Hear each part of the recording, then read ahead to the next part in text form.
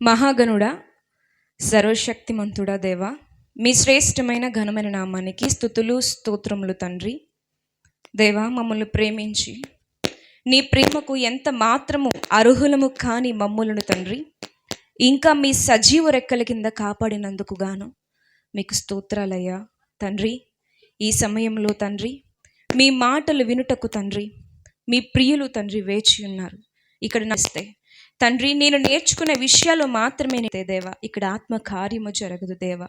కాబట్టి మా ప్రభు మీ ఆత్మ సహాయమును మెండుగా నాకును వింటున్న వారందరికీ దయచేసి దేవా, ఈ ప్రదేశంలో తండ్రి వాక్యం వింటున్న వారిలో ప్రభువ మీ ఆత్మ తండ్రి నడిపింపును, మీ ఆత్మను తండ్రి నైనా వారిలో నింపి దేవా వారిని తండ్రి ఉజ్జీవముతో తండ్రి ఇంటికి తిరిగి వెళ్ళినట్లు సహాయం చేయండి. ప్రతి ఒక్కరితో సూటిగా వారికి అవసరమైన విషయాలను వారికి అర్థమయ్యే విధంగా దేవా నీ దాసురాలను నన్ను వాడుకొని దేవా మీకు మహిమను తెచ్చుకోమని మా రక్షకుడైన యేసుక్రీస్తు ప్రభువారి పరిశుద్ధ నామమున ఈ ప్రార్థన మనవులు అడిగి వేడుకుంటున్నాను కన్న తండ్రి, ఆమేన్. ఏ సందర్భం నిమిత్తం మనం అందరం ఇక్కడ కూడుకున్నామండి? యేసుక్రీస్తు వారి పుట్టిన రోజును పునస్కరించుకొని మనం అందరం కూడా ఇక్కడ ఈ రాత్రికాల సమయంలో ఇంత చలిలో ఇంత ఆలస్యం అవుతున్నా ఇక్కడ కూడుకుని ఉన్నాం. కేవలం ఆయన పుట్టాడని. ఆయన పుట్టాడు, ఆయన మనందరి కొరకు వచ్చారు. అంత సంతోషం మనలో ఎందుకు పొంగుతుంది అంటే ఆయన రాకడ వెనక చాలా గొప్ప మేలుంది కదండి. సమాజంలో చాలామంది పుట్టినరోజు వేడుకలను మనం జరుపుకుంటామా లేదా చెప్పండి. ఇందులో రాజకీయ నాయకులు ఉంటారు, అవునా? చాలామంది లీడర్స్ ఉంటారు. వాళ్ళందరూ పుట్టినరోజుల వేడుకలు మనం ఎందుకు జరుపుకుంటామంటే వారి వల్ల అంతో ఇంతో మేలు సమాజానికి జరిగిందని వారిని గూర్చి సంతోషిస్తూ వారి పుట్టుకను మనం ఆనందిస్తూ ఉంటాం. ఇదే రోజున వ్యక్తి పుట్టారు, ఇదే రోజున పుట్టారు, మాకు మేలు చేసిన వ్యక్తి ఇదే రోజున పుట్టారని మనం సంబరాలు చేసుకుంటాం. యేసుక్రీస్తు ప్రభువారి గురించి ఎందుకింత సంతోషం మనందరికంటే మనకి ఎంతో గొప్ప మేలు చేసిన మహానుభావుడు ఇదిగో ఈ నెలలోనే పుట్టాడని ఒక అంచనా. సో మన అందరం కూడా ఆయన పుట్టుకను ఆనందంగా జరుపుకుంటున్నాం. ఇందుకీ మానవాళికి చేసిన మేలేంటి?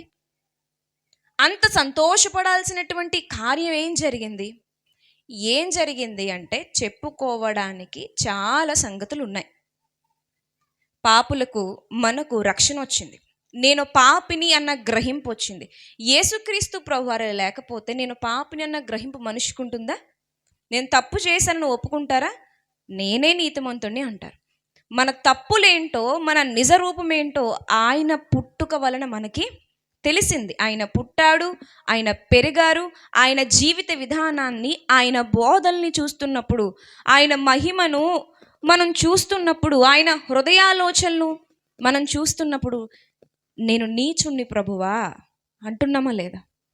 ఆయనే లేకపోతే, ఆ గొప్ప వ్యక్తిత్వం కలిగిన ఆ దేవుడు లేకపోతే మన గురించి మనకి తెలియదు.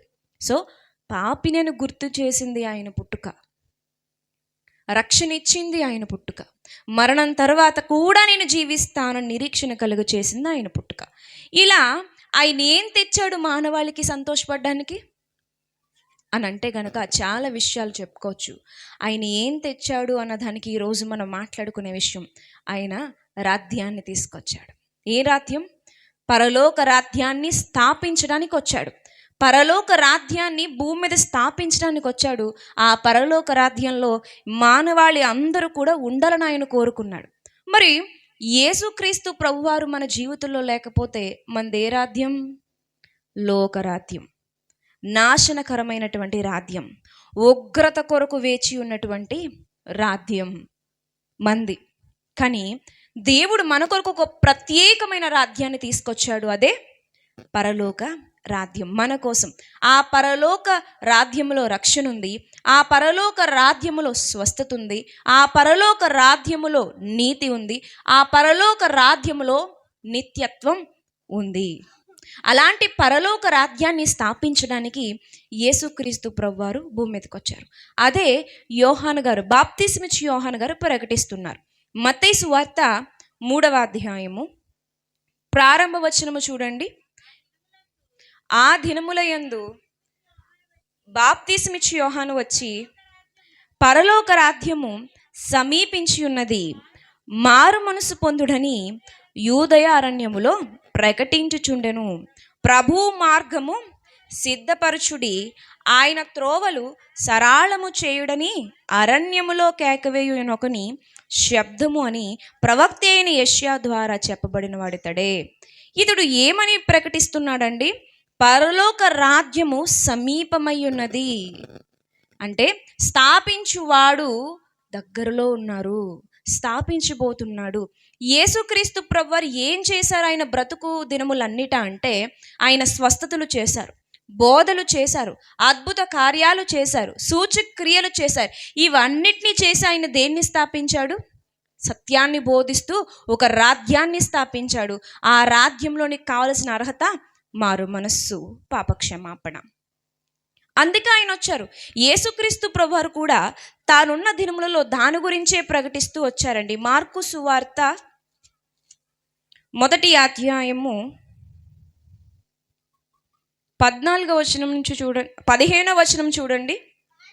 కాలము సంపూర్ణమై ఉన్నది, దేవుని రాజ్యము సమీపించి ఉన్నదని మారు మనస్సు పొంది సువార్త నమ్ముడని చెప్పుచు దేవుని సువార్త ప్రకటించుచు గలిలయకు వచ్చాను. ఎవరి మాట చెప్తుంది? యోహాను చెరపట్టబడిన తరువాత యేసు అని ఉంది. అంటే యేసుక్రీస్తు ప్రభువారు కూడా దేని గురించి చెప్తున్నారు? పరలోక రాజ్యం, పరలోక రాజ్యం, పరలోక రాజ్యం. ప్రార్థనలో కూడా ఏంటి? నీ పరలోక రాజ్యం. ఇక్కడ చూడండి, ఆయన ఎందుకు వచ్చాడంటే ఒక ప్రత్యేకమైన రాజ్యాన్ని స్థాపించడానికి వచ్చాడు. అసలు ఆ రాజ్యం ఏంటి? ఆ రాజ్యం యొక్క విధి విధానాలు ఏంటి? ఈరోజు మనం తెలుసుకోవాలి. మీలో ఎంతమంది ప్రభువుని నమ్ముకున్న వారు ఉన్నారు? చేతులు చూపించండి. నమ్మని వారు అంటే రక్షణ తీసుకోలేని వారు. నమ్ముతారు, ఇంకా రక్షణ తీసుకోలేరు. ఎవరున్నారండి? చాలా తక్కువ మంది. అందరూ కూడా ప్రభువుని ఎరిగిన వారే. అయితే మనకి చాలా అవసరం అండి. దేవుని రాజ్యంలో మీరున్నారు. దేవుని రాజ్యంలో విధి విధానాలు ఏంటో క్రైస్తవులు తెలుసుకోవాలి. మరి లేని వాళ్ళు తెలుసుకోవసరం లేదా? తెలుసుకోవాలి. ఎందుకంటే దేవుని రాజ్యం ఏంటో, దేవుని చట్టం ఏంటో, దేవుని రాజ్యంలో విధి విధానాలు ఏంటో తెలియక చాలామంది యేసుక్రీస్తు ప్రభువారికి ఏమైపోతున్నారు? వ్యతిరేకులైపోతున్నారు. యేసుక్రీస్తు ప్రభువారిని రక్షకుడు అనట్లే, ఏమంటున్నారు? రాక్షసుడు అంటున్నారు. ఎందుకు ఇలా అంటున్నారు? వాళ్ళకి రాజ్యం అంటే ఏంటో తెలియదు. రాజ్యంలో అసలు దేవుడు ఏ చట్టాన్ని రాశాడు, తన ప్రజలకు ఏ చట్టాన్ని చెప్తున్నాడు, ఇవేమి వాళ్ళకి తెలీదు. వాళ్ళు ఏమంటున్నారు? ప్రభువుని ఆయన సామాన్యుడు, క్రైస్తవులు మంచివారు కాదు, సువార్తను ప్రకటించకండి, క్రైస్తవ్యాన్ని రూపుమాపేయండి, సంఘాలను ధ్వంసం చేసేయండి, కాపలను అడ్డగించండి. ఇదే కదా సమాజంలో జరుగుతుంది. అందుకే ఇటు క్రైస్తవులు తెలుసుకోవాలి, అటు క్రైస్తవేతరులు కూడా తెలుసుకోవాలి. యేసుక్రీస్తు అనేటువంటి ఈ మహానుభావుడు, దైవముగా పిలువబడుతున్నటువంటి ఈయన ఎందుకు భూమి మీదకి వచ్చాడు? రాజ్యాన్ని స్థాపించడానికా? అయితే ఏ రాజ్యం? ఆయన రాజ్యంలో ఏముంది? ఏం చెప్తాడు ఈయన? వినాలా వద్దా అండి? వినాలి. క్రైస్తవుడు మరి ముఖ్యంగా తెలుసుకోవాలి. ఎందుకంటేనండి, ఒక రాజ్యంలో ఏం జరుగుతుంది, ఒక రాజ్యంలో ఏముంది, నేను ఇష్టపడి ప్రవేశించిన దేవుని రాజ్యంలో ఏముంది, నా వంతు బాధ్యత ఏముంది, నాకు తెలియాల్సిందేముంది, అవన్నీ తెలుసుకోవాలి. ఎందుకంటే కేవలము ఒక మేలు జరిగిందనో, లేకపోతే అమ్మ చెప్పిందనో, తాత చచ్చిపోతున్నాడనో యేసుక్రీస్తు ప్రభువారిని రక్షకుడిగా తీసేసుకుంటే, నేను చెప్తున్నాను, ఒక క్రైస్తవుడిగా ఖచ్చితంగా ఫెయిల్ అయిపోతారు. పేరుకు క్రైస్తవులుగా మీరు ఉంటారేమో తప్ప నిజంగా ఆయన సంతోషాన్ని అయితే, ఆయన హృదయాన్ని అయితే మీరు సంతోషపెట్టలేరు. ఎప్పుడు సంతోషపెట్టగలుగుతారు? అందులో ఏముందో తెలియాలి. మీ వంతు బాధ్యతలేటో మీకు అర్థం కావాలి. అప్పుడు సంఘము యొక్క స్థితి చెదిరిపోకుండా ఉంటుంది. సంఘ సభ్యులందరూ కూడా దేవుడు ఈ సంఘాన్ని ఎందుకు స్థాపించాడు? ఇటు ఈ సంఘాన్ని స్థాపించడానికి పుట్టాడా ఆయన? ఎస్. ఈ సంఘాన్ని స్థాపించడానికే పవిత్రంగా జీవించాడా? అవును. ఈ సంఘాన్ని స్థాపించడానికి ఆయన అంత భయంకరంగా శిలువ యాగం చేశాడా? అవును. ఈ సంఘాన్ని స్థాపించడానికి పునరుద్ధానాన్ని మానవులకు చూపించాడా? అవును. ఈ సంఘాన్ని స్థాపించడానికి ఆయన పుట్టాడు. ఆయన పుట్టాడని సంతోషపడుతున్న మనం, ఆయన పుట్టడానికి భూమి మీదకి రావడానికి కారణమైన పరలోక రాజ్యం ఏంటో, సంఘము ఏంటో, సంఘములో నువ్వేంటో, నీ బాధ్యత ఏంటో, అది అసలు ఎందుకుందో తెలుసుకోవాలా వద్దా అండి? తెలుసుకోవాలి ప్రియమైన వారి. లోకల్లో చాలా సంఘాలు ఉన్నాయండి. ఇది కొన్ని సంఘాలు చెప్పండి, నేను చెప్పినా పోనీ. డోక్రా సంఘం ఉందండి, ఇంకా మహిళా సంఘం, వెరీ గుడ్, ఇంకా కార్మికుల సంఘం, ఆటో యూనియన్ల సంఘం, ఇవన్నీ సంఘాలే. ఈ సంఘాల్లో కూడా, ఈ సంఘాలు సమాజంలో ఉన్న సంఘాలు, ఈ సంఘాలకి మన సంఘాలకి ఏమైనా తేడా ఉందా లేదా? తేడా ఉందండి. ఆ సంఘంలో ఉన్న వాళ్ళు కనిపించి వెళ్ళిపోతారు, వాళ్ళకి అవసరం లేదు, చాలా వరకు పట్టించుకోరేమీ. కానీ మనం కూడా అలాగే ఉంటే కనుక లోకల్లో ఉన్న సంఘానికి, దేవుడు స్థాపించిన సంఘానికి ఏం లేదు, తేడా లేదండి. అలా మనం ఉండకూడదు. మన వంతు ఏంటి? దేవుడు ఇంత కష్టపడి, ఏమండి చిన్న విషయమా దేవుడు భూమి మీదకి రావడం అంటే? నిజంగా అది చిన్న విషయం అయితే ఈ డిసెంబర్ మాసంలో ఇంతమంది ఎందుకు ఈ క్రిస్మస్ పండుగలు చేసుకుంటున్నారు? చిన్న విషయం కాదండి. ఏదైనా ఒక వ్యక్తి యొక్క పుట్టినరోజు గురించి ఒక కుటుంబం చేసుకుంటుంది, లేదా ఒక వర్గం చేసుకుంటుంది, లేదా ఒక గ్రామం చేసుకుంటుంది, గట్టిగా మాట్లాడితే ఒక దేశం చేసుకుంటుంది, అవునా? కానీ యేసుక్రీస్తు ప్రభు వారి పుట్టుకను ప్రపంచం చేసుకుంటుంది వేడుకగా. చిన్న విషయం కాదన్నమాట ఇది. ఏంటి? చిన్న విషయం కాదు. ఆయన ఈ సంఘాన్ని స్థాపించడానికి, ఈ సంఘంలో నిన్ను నిలవబెట్టడానికి ఆయన పుట్టాడు. ఈ విషయం తెలియకుండా మనం ఎన్ని క్రిస్మస్లు చేసుకున్నా దానివల్ల మనకు ఉపయోగం లేదు, ప్రభువుకు కూడా సంతోషం లేదు. నిజమైన సంతోషం, నిజమైన సంపూర్ణత ఒక క్రైస్తవుడికి ఎప్పుడు వస్తుందంటే, సంఘంలో నా బాధ్యత ఏంటి, అసలు సంఘం ఏంటి, సంఘపు విలువలేంటి, ఆయన దేనికి దీన్ని స్థాపించాడు, నేనేం చేయాలి, దీన్ని క్రైస్తవుడు తెలుసుకోవాలి. అసలు క్రీస్తు అంటే ఏంటో తెలుసుకోవాలనుకున్న అన్యులు కూడా దీన్ని తెలుసుకోవాలి ప్రియమైన వారులారా, తెలుసుకోవాలి. పౌలు గారు ఒక మాట అంటారు. పౌలు గారు తెలుసు కదా మీకు, కొలసీలకు రాసినటువంటి పత్రికలో, కొలసీలకు రాసినటువంటి పత్రిక 1వ అధ్యాయము 24వ వచనము చదవండి. ఇప్పుడు మీ కొరకు నేను అనుభవించుచున్న శ్రమలయందు సంతోషించుచు సంఘము అను ఆయన శరీరము కొరకు క్రీస్తు పడిన పాట్లలో కొదువైన వాటి అందు నా వంతు నా శరీరమందు సంపూర్ణము చేయుచున్నాను.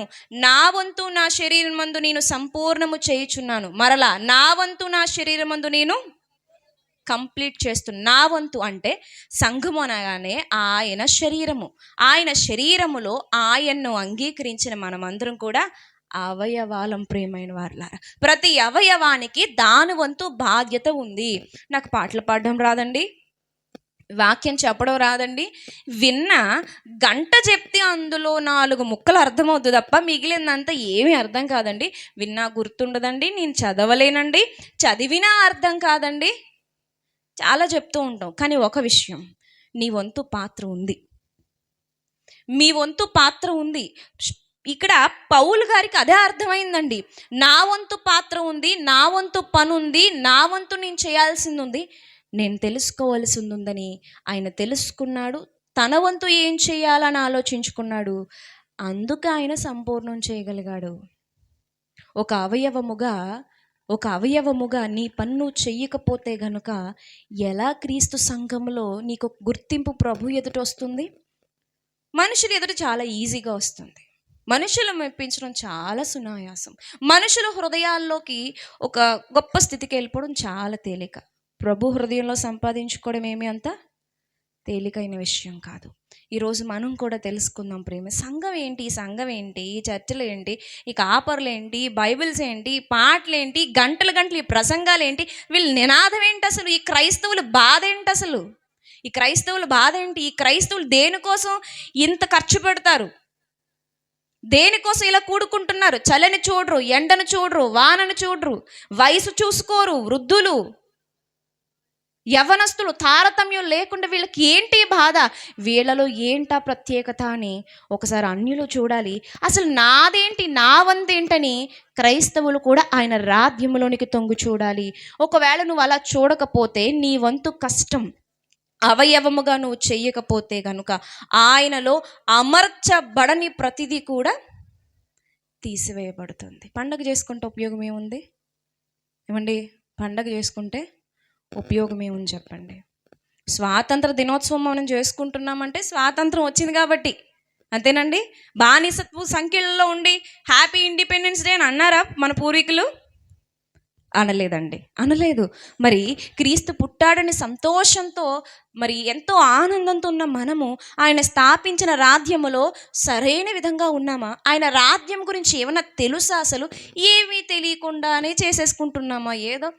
ఏదో పండగ వాతావరణం, కొత్త బట్టలు, సరదాగా అందరం కలుసుకొని భోజనం చేస్తాం, ఎవరో వస్తారు, ఎవరొచ్చినా వింటాం, చివరిలో ప్రార్థన చేసుకుంటాం, ఆమెనన్నీ వెళ్ళిపోతాం. అది కాదు ప్రియమైన వాళ్ళారా. సంఘానికి ఏం చెప్తున్నాడు దేవుడు, సంఘం గురించి ఏం మాట్లాడుతున్నాడు దేవుడు అంటే, మొదటి విషయం తిమోతి గారికి రాసినటువంటి మొదటి పత్రిక, తిమోతి గారికి రాసినటువంటి మొదటి పత్రిక 3వ అధ్యాయము 15వ వచనము. 3వ అధ్యాయము 15వ వచనము. అయినను నేను ఆలస్యము చేసిన ఎడల దేవుని మందిరములో అనగా జీవము గల దేవుని సంఘములో జనులు ఎలాగూ ప్రవర్తింపవలనో అది నీకు తెలియవలనని ఈ సంగతులను నీకు వ్రాయిచున్నాను. ఆ సంఘము సత్యమునకు స్తంభమును ఆధారమై ఉన్నది. సంఘము దేనికి? సత్యానికి ఆధారమైన, అంటే సంఘం అంటే ఒక స్తంభం అన్నమాట సత్యానికి. ఈ ఊరిలో ఒక 9 సంఘాలు ఉన్నాయనుకోండి. ఈ 9 సంఘాలు ఏంటి? 9 స్తంభాలు. అర్థమైందండి? ఈ 9 సంఘాలు ఏంటి? 9 స్తంభాలు. ఈ స్తంభాల మీద ఏముంది? సత్యం ఉండాలి, సత్యం ఉండాలి. సంఘము సత్యాన్ని మోయాలి అని వాక్యం చెప్తుంది. సంఘము సత్యాన్ని ఆకాశమంత ఎత్తులో చూపించాలి అని వాక్యం చెప్తుంది. సంఘం సత్యాన్ని చూపిస్తుందా? సంఘము సత్యాన్ని చూపిస్తుందా? ఆలోచించాలండి. సత్యము ఉన్నది, యథార్థమైనది, నిజమైనది చూపిస్తుందా? సంఘం చూపిస్తుందా? ఫెయిల్ అవుతుందా? చూపిస్తుందా? ఫెయిల్ అవుతుందా? చూపిస్తుందా? మూఢనమ్మకాలు ఉన్నాయా మీకు? మూఢనమ్మకాలు. గతంలో ప్రతి దానికి భయపడే నువ్వు, ఏ కష్టం వచ్చినా నా భవిష్యత్తు ఎక్కడో చెప్తారని పరిగెట్టే నువ్వు, దెయ్యాలున్నాయి, భూతాలున్నాయని భయపడే నువ్వు, ఇప్పటికీ అదే స్థితిలో ఉంటే సత్యాన్ని మోస్తున్నట్టు ఎలా అవుతుంది? ఇంకా దెయ్యాలకి భయపడతాం, భూతాలకి భయపడతాం. దేవుడు చెప్తున్నాడు కదండి, ఆత్మ వెంటనే క్షణంలోనే అది వెళ్ళాల్సిన స్థానానికి వెళ్ళిపోయిందంటే మనం ఏమంటాం? ఆ వీధిలో ఆవిడ చచ్చిపోయింది కదండి, ఈరోజు మా ఇంటికి వచ్చేసింది అంటామా లేదా? అంటాం. ఇంకా ఏమంటారు? ఆ వీధిలో పక్క చిన్న పిల్లోడు లేదా ఒక ఆయన చనిపోయాడు కదండి, రాకుండా ముందే ఏదో జాగ్రత్తలు తీసేసుకున్నాండి, మా ఇంటికి రాదు. ఏంటిదంతా? ఇది సత్యమా? అసత్యం. ఒకప్పుడు ఏమండి, భారతదేశంలో చాలా మూఢనమ్మకాలు ఉండేవండి. సతీ సహగమనం, ఇంకా విధవరాలపై ఒక భయంకరమైన వివక్ష, బాల్య వివాహాలు, ఇవన్నీ ఏంటి చెప్పండి? ఇవన్నీ ఏంటి? మూఢనమ్మకాలు. ఇదే మిమ్మల్ని ఆ జనరేషన్లో నుంచోబెడతా అప్పుడు మీరు ఒప్పుకుంటారా ఇంత సునాయాసంగా? ఒప్పుకోరు. ఇప్పుడు కాబట్టి అప్పట్లో అయితే ఇది మా ఆచారం, ఇది మా సంస్కృతి, ఇది మమ్మల్ని మోక్షానికి తీసుకెళ్లే మార్గం అని వాదిస్తారు. అలాంటి వాళ్ళతో ఎవరు వాదించారో తెలుసండి? ఎవరు పోరాడారో తెలుసండి? క్రైస్తవులు కూడా ఉన్నారు ఆ పోరాటంలో, సత్యాన్ని స్థాపించడంలో, అబద్ధాన్ని తరిమికొట్టడంలో. ఈరోజు నువ్వు బయటికి వెళ్తున్నావు అంటే ప్రార్థన చేసుకుని వెళ్తున్నావా, లేకపోతే ఇంకేమైనా శకునాలు చూసుకుని వెళ్తున్నావా? చాలామంది ఏమంటారు తెలుసా అండి? దేవుడు చేసి దేవుడు చేస్తాడండి, మనం చేసి దీన్ని ఏమనాలి? సత్యాన్ని చూపిస్తున్నామా? మనం చేసి మనం చేయాలా? ఏం చేస్తావు నువ్వు? ఏమంటే ఏం చేస్తారు? నాకు అనిపిస్తూ ఉంటుంది, అక్కడెక్కడో శవం ఉంటే ఇక్కడ బడేల్మని తలుపేసేసుకుంటారు కదా. పాపం తలుపుకి ఆగిపోయి శబ్దానికి భయపడిపోయి మరణం వాళ్ళ ఇంట్లోంచి పారిపోతుందా? వాళ్ళు వేసుకున్నారులే, మరి మీరెందుకు వేసుకుంటున్నారు? ఇదంతా ఏంటి? వాక్యం వినడంతో సరిపోదు. వాక్యం ఆత్మ గురించి ఏం చెప్తుంది? క్షేమం గురించి, మంచి జరగాలంటే ఏం చేయాలని చెప్తుందండి వాక్యం? ఆయన యందు భయభక్తులు కలిగి ఉంటే చాలు, నీ జీవితంలో మేలు జరుగుతుంది. కీడు ఎప్పుడు జరుగుతుంది? నువ్వు చేసే పనులు సరిగా లేనప్పుడు ఖచ్చితంగా కీడు జరుగుతుంది. ఇది కదా బైబిల్ ఇచ్చిన కొలమానం. కానీ కీడు జరిగిందంటే, అవన్నీ పబ్లిక్ కాబట్టి నేను చెప్పలేను, కానీ కీడు జరిగిందంటే లోకానుసారమైన ఆలోచనలే, మేలు జరిగిందంటే లోకానుసారమైన ఆలోచనలే, భవిష్యత్తు తెలుసుకోవాలంటే లోకానుసారమైనటువంటి ఆలోచనలే, గతంలో కీడు తొలగించుకోవాలంటే లోకానుసారమైన ఆలోచనలే, బయటికి వెళ్ళాలంటే లోకానుసారమైన ఆలోచనలే. ఇలా ప్రతి విషయంలో ఏది కట్టాలన్నా ఏది చెయ్యాలన్నా లోకం మీద ఆధారపడిపోతే సంఘం సత్యానికి ఎలా స్తంభంగా ఉంటుంది? సంఘం సత్యాన్ని మోయాల్సిన దాని బదులు లోకాన్ని మోసేస్తుంది. వాక్యం ఏం చెప్తున్నారు? మీరు చదవాలి, బోధకులు చెప్తారు, మీరు లేఖనాన్ని ఖచ్చితంగా చదవాలి. ఎవరు వంతుగా వారు సత్యాన్ని మొయ్యాలి. వినరు, మన ఇంట్లో వాళ్ళే మన మాట వినరు. ఇది అబద్ధం, ఇది నిజం అని చెప్పినప్పుడు మన వాళ్ళే వినరు. వినకపోయినా నీ వంతుగా నీవు చెయ్యాలి. ఆ రోజు పౌలు గారు అలాగే చేశారు. మొహమాటం లేకుండా ఉన్నదాన్ని, సత్యాన్ని సత్యంగా మాట్లాడి స్థాపించారు. ఎవరికీ భయపడలేదు, నిజాన్ని చెప్పాడు. నువ్వు నిజాన్ని చెప్పినప్పుడు, నిజం వైపు ప్రయాణం చేస్తున్నప్పుడు 20 మందిలో 19 మంది నిన్ను మూర్ఖురాలు అన్నా మూర్ఖుడు అన్నా ఒక్కరు ఆలోచిస్తారు. ఆ ఒక్కటి చాలు, సాధించినట్టే సంఘం. ఆ ఒక్కడు 10 మంది అవుతారు. ప్రియమైన వాళ్ళారా, సత్యాన్ని మోస్తుందా సంఘం? సత్యాన్ని మోస్తున్నారా? ఉన్నది ఉన్నట్టు వాక్యాన్ని తీసుకోగలుగుతున్నారా? ఏదో మాట్లాడతారు, ఏదో చెప్తారు, ఏదో ఉంది, అవన్నీతో పాటు నీ ఆలోచనలో కలిపి బ్రతికేస్తే గనక సంఘంలో నీ పాత్ర సరిగ్గా లేదు. నువ్వు సత్యాన్ని మోయట్లే, సత్యాన్ని అంగీకరించట్లే, నీలో సత్యమే లేదు. దేనికి ఆనందం మరి? దేనికి ఆనందం? బయట వాళ్ళు, సంఘం బయట ఉన్న వాళ్ళు కూడా తెలుసుకోవాలి. దేనికి క్రైస్తవులు అంటే ప్రభు చెప్తున్నాడు, సత్యాన్ని మోయడానికి. ఎవరి జీవితాలు నాశనం చేయడానికి కాదు, ఎవరి జీవితాలని వినాశనం చేయడానికి కాదు, ఎవరిని తప్పుడు మార్గంలో నడిపించడానికి కాదు, సన్మార్గంలో నడిపించడానికి.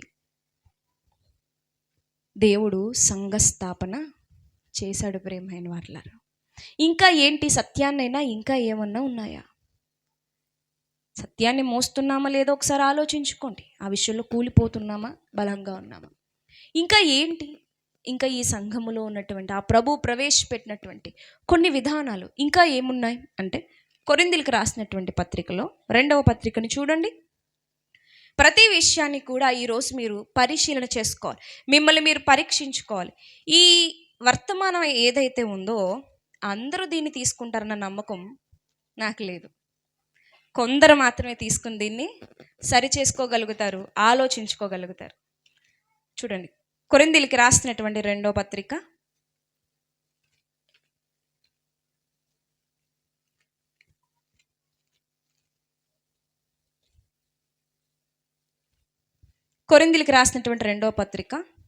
10వ అధ్యాయము 4-5 వచనాలు.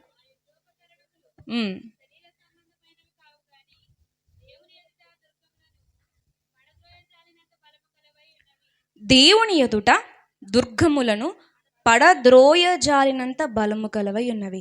దేవుని ఎదుట కొన్ని దుర్గాలు కట్టబడ్డాయి. దుర్గము అంటే ఎత్తైన గోడలు, ఎత్తైన గోడలు అంటే దేవుడు సమాజానికి కనిపించకుండా ఏం కట్టబడ్డాయి? దుర్గాలు కట్టబడ్డాయి. ఒక క్రైస్తవుడు పని ఏంటి? ఒక సంఘం పని ఏంటి? దాన్ని బద్దలు చేయాలి. అంటే సత్యం కొరకు పోరాడాలి, సత్యాన్ని నమ్మాలని ఇందాక చెప్పాను, సత్యాన్ని అనుసరించాలని ఇందాక చెప్పాను. ఇప్పుడు అనుసరించడంతో పాటు పోరాడాలి, బద్దలు చేయాలి, దాని కొరకు నిలబడాలి. సంఘానికి ఇచ్చిన విధానం అండి. ఎట్టి పరిస్థితుల్లో వెనకడుగు వేయొద్దు అని సంఘాన్ని స్థాపించిన మన నాయకుడు మనతో మాట్లాడుతున్నాడు. చుట్టూ దుర్గాలు కట్టబడ్డాయి, దుష్టుడు కట్టాడు. ఈ సత్య సువార్తను బయటికి వెళ్లకుండా ఎన్నో అపోహలు, ఏవేవో నిందలు, భయంకరమైన కట్టడాలు వాడి కడితే, సంఘమా నువ్వు బద్దలు చెయ్యాలి, నడుం కట్టాలి, సత్యము కొరకు నడుం కట్టాలి, పోరాడాలి అని ఎవరు చెప్తున్నారు? ప్రభు చెప్తున్నాడు. మరణించిన తర్వాత ఏంటి బ్రతుకంటే లోకం అంటుంది ఏమీ లేదంటుంది. సో ఏమీ లేదన్న మాట చిన్నగా ఉందేమో, ఏమీ లేదన్న మాటే మనిషిని దుర్మార్గత వైపు నడిపించేస్తుందండి. చచ్చాక ఏమీ లేదని నమ్మే లోకం ఏం చేస్తుందో తెలుసా అండి? చస్తే ఏమైపోతామో తెలీదు, బ్రతుకుండగా జీవితాన్ని ఏం చేయాలి? ఆనందించాలి. ఈ ఒక్క మాట చాలని మనిషి భ్రష్టు పట్టుకుపోవడానికి, 10 మందిని భ్రష్టు పట్టించడానికి. చస్తే ఏముంది, వయసు అయిపోతే ఏముంది, ఇప్పుడే కావలసింది చేయాలి, నచ్చింది చేయాలి. ఇది లోకం తీరు, ఇది లోకం తీరు. కానీ వాక్యం ఏం చెప్తుంది? మరలా మనిషికి జీవితం ఉంది, చాలా జాగ్రత్తగా జీవితాన్ని ముందుకి తీసుకెళ్ళాలి. ఎలా తీసుకెళ్తావు? అది నువ్వు నమ్మాలి, పోరాటం చేయాలి. అంతేగాని ఎన్నాళ్ళు విన్న వాక్యం అంతా ఎవరో ఏదో దుర్బోధ చేశారని సంఘం దాని వైపు వెళ్ళిపోయి, నిజమే కదా చచ్చిపోయాక ఎవరు చూసొచ్చారులే అని పోరాటం వదిలేస్తే, అంటే క్రీస్తు రాకకు అర్థం ఏమన్నా ఉందా? క్రీస్తు రాకకు అర్థం ఏమన్నా ఉందా ప్రియమైన వారులారా? లేదు. ఇక్కడ సంబరాలు జరుగుతున్నాయి, ఇక్కడ వేడుకలు జరుగుతున్నాయి, ఇక్కడ గొప్ప గొప్ప పనులు అనుకుంటున్నాం కదా మనం, అవన్నీ జరుగుతున్నాయి. కానీ ప్రభు చూస్తున్నాడు, నేను స్థాపించిన రాజ్యంలో నా చట్టం ఉందా లేదా? ప్రభు అది చూస్తున్నాడు. పై విషయాలు ఆయన ఎందుకు దృష్టి పెడతాడు? నేనేం పడతాను? స్టేజ్ ఎలా ఉందని పడతాను. మీరు పడతారుగా? స్టేజ్ ఎలా ఉంది, లైటింగ్ ఎలా ఉంది, మ్యూజిక్ ఎలా ఉంది, డెకరేషన్స్ ఎలా ఉన్నాయి. కానీ ప్రభు అది చూడు, చేస్తున్న వారి యొక్క అంతర్గత స్థితి చూస్తాడు. నేను పుట్టానని అంత సంతోషంగా ఉందా సంఘమా? అవునయ్యా, చాలా సంబరంగా ఉంది. అందుకే 5,000 అప్పు చేసి మరి క్రిస్మస్కి సహకరించా. నిజంగా సంతోషంగా ఉందా సంఘమా? చాలా సంతోషంగా ఉందయ్యా. రేపు క్రిస్మస్ అనగా రాత్రంతా నిద్రలేదు తెలుసా, కష్టపడుతూనే ఉన్నామయ్యా.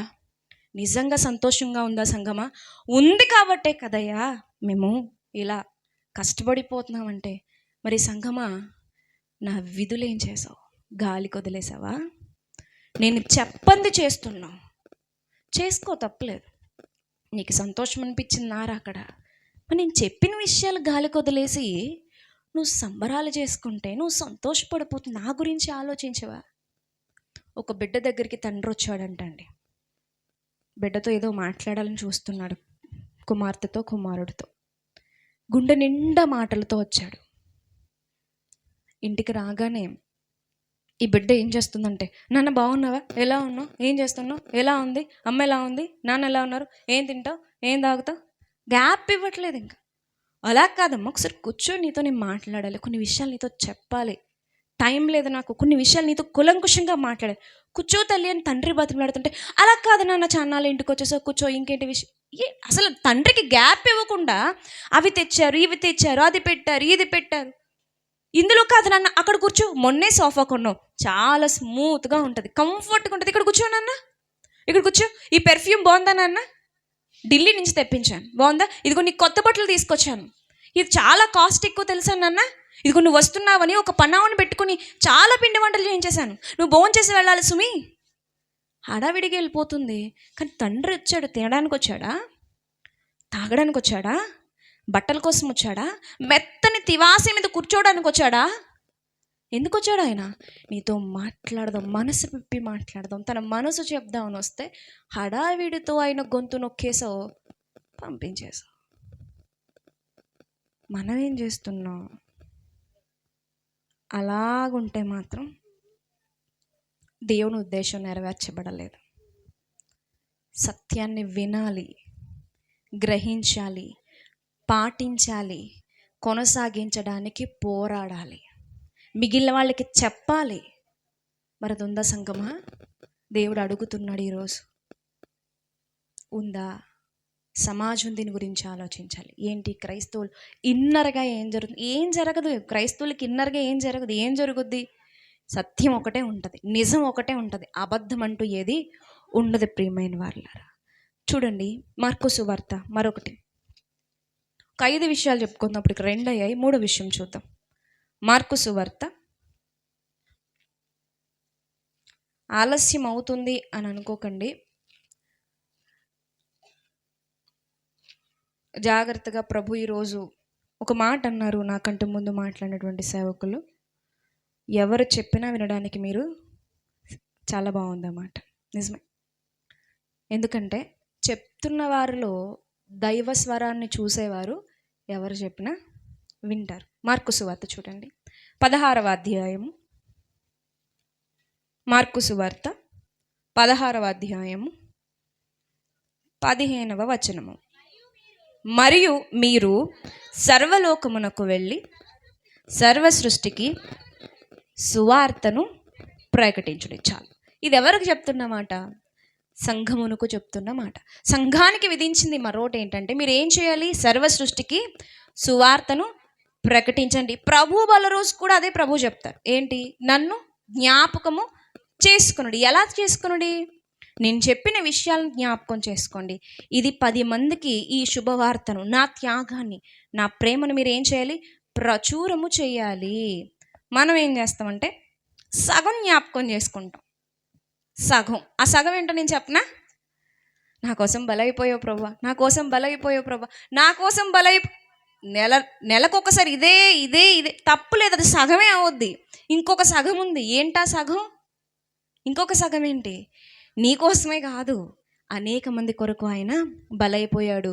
నీకు తెలుసు కాబట్టి ఏడుస్తున్నారు. తెలియని వాళ్ళు అంధకారంలో ఉండి వాళ్ళకి నేను చెప్పాలి, నువ్వు చెప్పాలి. నీకోసం నేను ప్రాణం పెట్టాను, దీన్ని నువ్వు ప్రచురము చేయాలంటే నా కోసం ప్రాణం పెట్టావా ప్రభు అని ఏడ్చి వదిలేస్తున్నది సగమే. ఇంకా మిగిలిన వాళ్ళు కూడా నువ్వు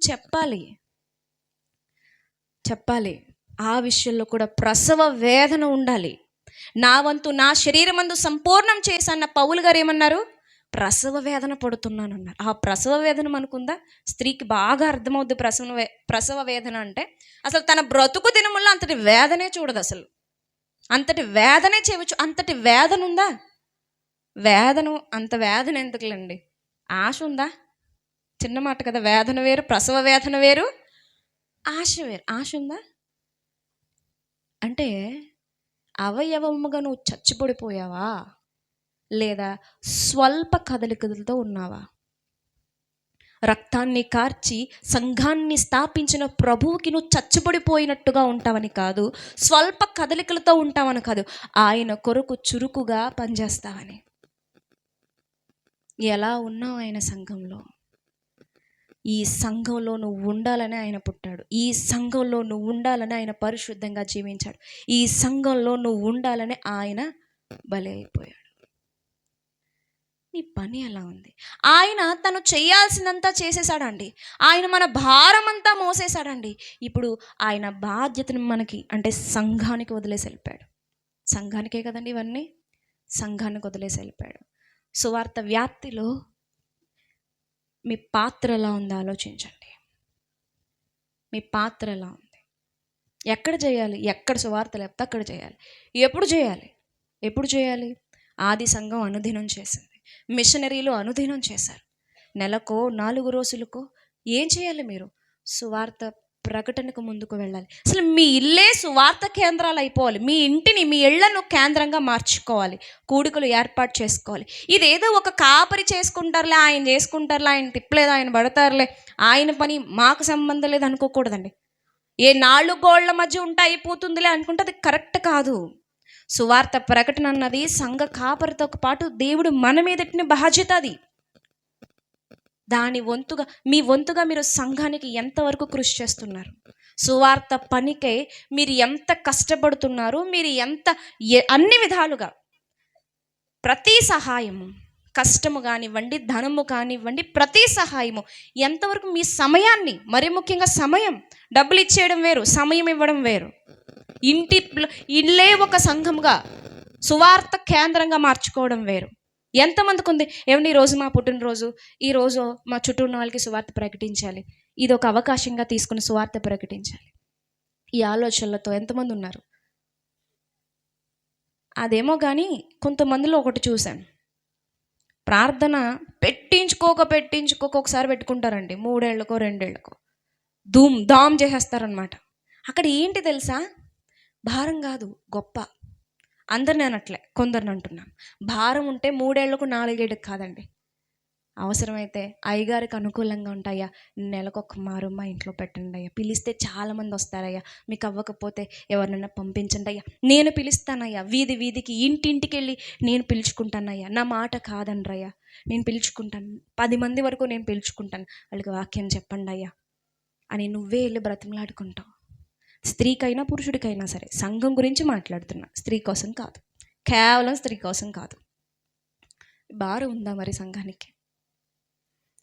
సత్యాన్ని మొయ్యాలి, సత్యం కొరకు పోరాడాలి, సత్యాన్ని ప్రకటించాలి. ఇక 4వది చూద్దాం. యాకోబు గారు రాసినటువంటి పత్రిక 2వ అధ్యాయము, యాకోబు గారు రాసినటువంటి పత్రిక 2వ అధ్యాయము 14 నుంచి జాగ్రత్తగా చదువుకుందాం. నా సహోదరులారా, క్రియలు లేనప్పుడు ఎవడైనను తనకు విశ్వాసము గలదని చెప్పినడలా ఏమి ప్రయోజనము? అట్టి విశ్వాసము అతని రక్షింపగలదా? సహోదరుడైనను సహోదరి అయినను దిగంబరులై ఆనాటికి భోజనం లేక ఉన్నప్పుడు మీలో ఎవడైనను శరీరమునకు కావలసిన వాటిని ఇయ్యక సమాధానముగా వెళ్ళుడి, చలి కాచుకొనుడి, తృప్తి పొందుడని చెప్పినడలా ఏమి ప్రయోజనము? కష్టంలో ఉన్నాడు సహోదరుడు, సమాధానంగా వెళ్ళండి బ్రదర్, సమాధానంగా వెళ్ళండి సిస్టర్, చలేస్తుందో వెళ్ళి చలి కాసుకోండి, వందనాలు, అది అసలు ప్రయోజనం కాదు. సంఘం చేయాల్సిన మరో పని ఏంటంటే క్రియలు ఉండాలి. ఏముండాలండి? సంఘానికి క్రియలు ఉండాలి. అలాగే విశ్వాసము క్రియలు లేనిదైతే అది ఒంటిగా ఉండి మృతమైన దగును. 18వ వచనము, అయితే ఒకడు నీకు విశ్వాసం ఉన్నది, నాకు క్రియలున్నవి, క్రియలు లేకుండా నీ విశ్వాసము నాకు కనపరచుము, నేను నా క్రియల చేత నా విశ్వాసము నీకు కనపరుతునని చెప్పును. దేవుడొక్కడే అని నీవు నమ్ముచున్నావు, అలాగు నమ్ముట మంచిదే. దెయ్యములను నమ్మి వణుకుచున్నవి. అంటే నమ్మడంలో సంపూర్ణత లేదు, క్రియ ఉండాలి. నెక్స్ట్ 20వ వచనం, వ్యర్థుడా, క్రియలు లేని విశ్వాసము నిష్ఫలమైనవని తెలుసుకొని కోరుచున్నావా అని ఉంది. సరే, ఇక దీని అంతటి సారం ఏంటంటే సంఘం ఏం చేయాలి? సత్క్రియలు చేయాలి. ఎవరికి చేయాలి? సంఘంలో ఉన్న సహోదరులకు చేయాలి, సమాజంలో ఉన్న పేదలకు చేయాలి. అప్పుడు అసలు ఈ క్రైస్తవుల ప్రేమ ఏంటో అర్థమయ్యి అన్యులు రక్షించబడేటువంటి అవకాశం ఉంది. కరోనా టైంలో క్రైస్తవులకు నిజంగా హ్యాండ్స్ అప్ అండి. వాళ్ళు ఎంత త్యాగపూరితంగా ముందుకు వచ్చారు. వాళ్ళకి ఏమైనా పర్లేదని లేఖనాన్ని పట్టుకుని బయటకు వచ్చేసారండి. అలా ఉండాలి సంఘం. సంఘం ఇప్పుడు సత్క్రియకు నేనున్నాను అనాలి. నిజంగా ఒకరికి మేలు చేయుట కొరకు నీ లేమిలో నువ్వు ముందుకొస్తే కనుక ప్రభు దాన్ని ఏం చేస్తాడు? సమృద్ధిగా మారుస్తాడు. ఒక ఛాలెంజింగ్ పదం ఏంటో తెలుసండి? బేదలకు సహాయం చేయవాడు యెహోవాకు అప్పిచ్చువాడా. ఆయనకు మనం అప్పివ్వడం ఏంటి అంటే ఎంత డెప్త్ఫుల్గా దేవుడు ఎంత లోతుగా మాట్లాడుతున్నాడు సహాయ విషయంలో. సంఘమా, మరి సహాయ విషయంలో నీ చేతులు ముందుకున్నాయా వెనక్కున్నాయా? సంఘంలో ఎవరికైనా కష్టం వచ్చినప్పుడు వాళ్ళు మంచోళ్ళ వాళ్ళు చెడ్డోళ్ళ ఈ క్యాలిక్యులేషన్స్ వద్దు. చెడ్డోడేమో మంచిది కాదేమో, నువ్వు సహాయం చేస్తే నీ సహాయాన్ని బట్టి నీ ప్రేమను బట్టి ఆమెను జయించవచ్చు కదా. అంతేనండి. సంఘానికి ఏముండాలి? సత్క్రియ ఉండాలి. సంఘం ఇప్పుడు కూడా ఒకరు పాడైపోతే నవ్వేదిగా ఉండకూడదు. సంఘములో వెలుపులున్న వారికి కూడా సంఘం ఏం చేయాలి? సహాయం చేయాలి. ఇది ఏంటి? విధి విధానం. ఇవన్నీ అర్థమైతే సంఘం బయట ఉన్న వాళ్ళు క్రైస్తవేతరులు క్రైస్తవ్యం మీద బురద జల్లుతారండి. ఏమండి, జల్లుతారా? దేవుడు ఏం చెప్పాడు? నీ సంఘములో ఉన్నవాడు కాకపోయినా ఆకలేస్తే నీ శత్రువుకైనా. ఇవి చూస్తున్నారా? క్రైస్తవ్యాన్ని అలా చూస్తున్నారు.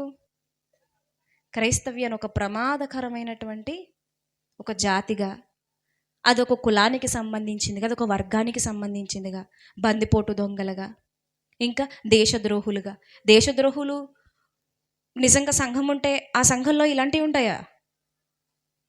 ఇలా ఉంటాయండి విధి విధానాలు. ఇలా ఉండవు ప్రియమైన వాళ్ళారా. ఇలా ఉంది. మన భారతదేశాన్ని చాలా మెచ్చుకుంటాం, ఎందుకంటే మనకి మత స్వాతంత్రం ఉంది. చాలా దేశాల్లో ఇవి లేవు. మన దేశంలో ఉన్న రాజ్యాంగాన్ని బట్టి భారతదేశాన్ని చాలా గౌరవించుకుంటాం. కానీ అంతకంటే గొప్ప విలువలు ఎక్కడున్నాయి? దేవుని రాజ్య చట్టంలో ఉన్నాయి ప్రేమ. ఇవన్నీ బాగున్నాయి. ఇంకా చివరిగా సంఘానికి ఉండవలసింది మరొక విధానం ఉంది. అదేంటో చూద్దాం. రోమీలకు రాసినటువంటి పత్రిక 12వ అధ్యాయము, రోమీలకు రాసినటువంటి పత్రిక 12వ అధ్యాయము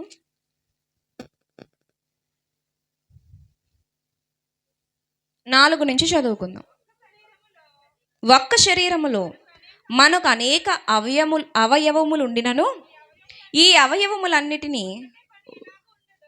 ఒక్కటే పని ఎలాగ ఉండదో అలాగే అనేకులమైన మనము క్రీస్తులో ఒక్క శరీరముగా ఉండి ఒకని కొరకు ప్రత్యేకముగా అవయవములై ఉన్నాము. మనకు అనుగ్రహింపబడిన కృపచొప్పున వెవ్వేరు కృపావరములు కలిగిన వారమై ఉన్నాము గనుక ప్రవచనమైతే విశ్వాస పరిమాణము చొప్పున ప్రవచింతము, పరిచర్య అయితే పరిచర్యలోను, బోధించువాడైతే బోధించుటలోను, హెచ్చరించువాడైతే హెచ్చరించుటలోను పని కలిగి ఉందము.